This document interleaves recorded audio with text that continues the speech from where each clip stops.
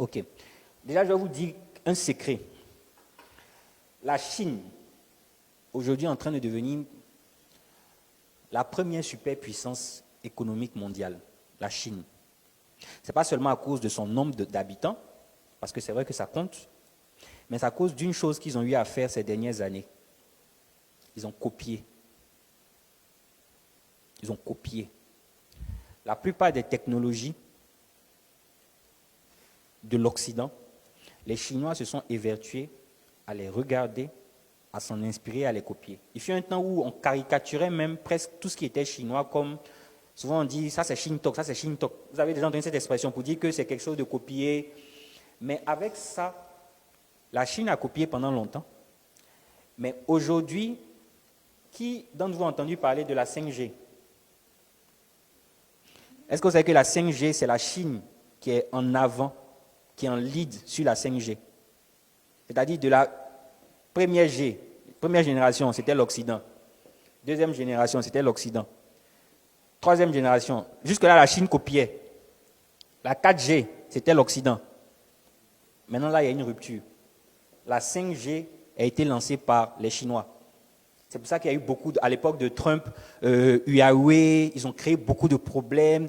Même la plupart des opérateurs en Occident, ils ont voulu mettre des bâtons dans les roues pour l'implémentation de la 5G, en prétextant que si on laisse les Chinois s'implanter, ils vont voler des données, etc. etc. Aujourd'hui, en termes de technologie, dans le monde de tout ce qui est appareil et compagnie, la Chine est en train de prendre le lead. Mais ils ont commencé comment? Comme ça. Et en fait, je vais vous dire un truc. Tricher, c'est quoi?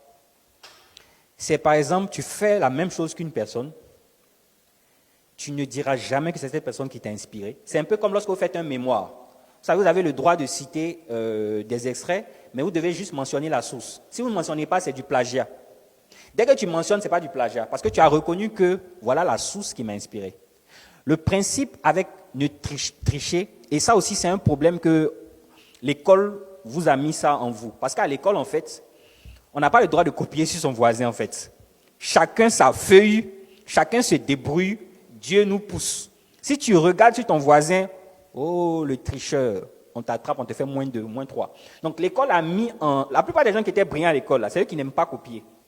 Parce qu'ils se disent, non, il faut que je bosse moi seul. Je trouve mes propres stratégies et que j'applique. Ça va vous mettre en retard. Un entrepreneur copie.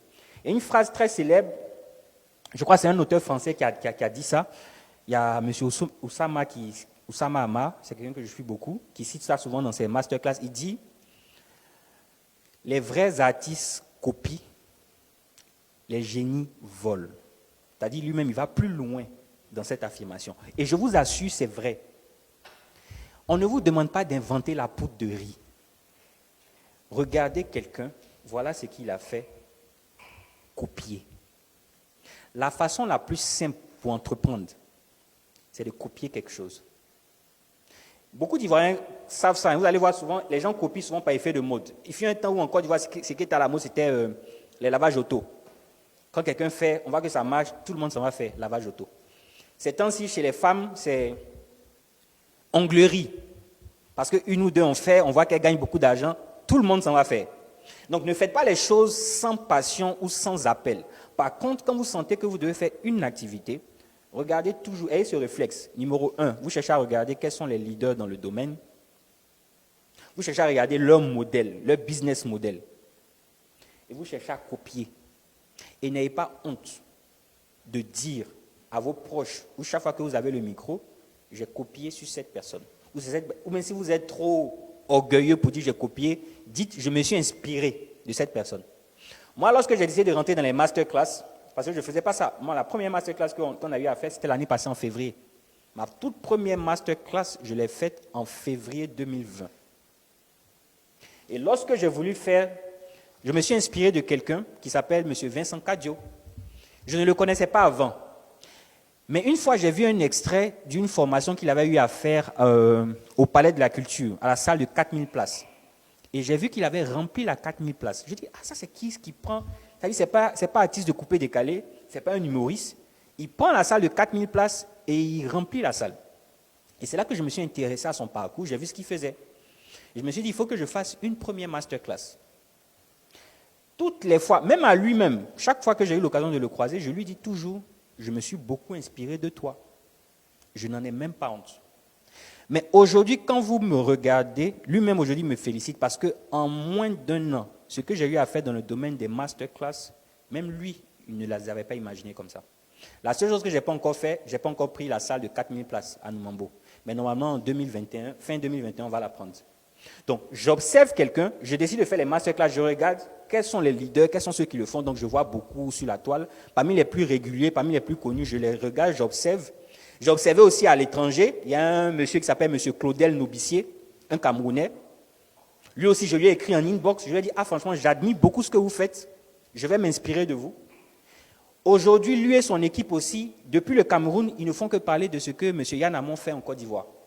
Mais je me suis inspiré de lui, je l'ai copié, c'est-à-dire, je n'ai même pas honte même. Si vous avez honte de copier, les gens vont gagner des milliards, vous n'allez pas gagner les milliards. Hein. La chose la plus simple, c'est de copier quelque chose qui fonctionne. On ne copie pas n'importe quoi en fait. C'est pour cela que vous devez regarder quels sont ceux qui fonctionnent. Dans mon domaine, quels sont ceux qui fonctionnent. Et vous regardez comment ils font, vous regardez leur histoire et vous copiez. C'est le premier secret le plus simple que je vais vous donner. Apprenez à copier. N'ayez pas honte de copier. Parce que même celui que vous copiez, je vous assure qu'il a copié quelqu'un. Je vous assure.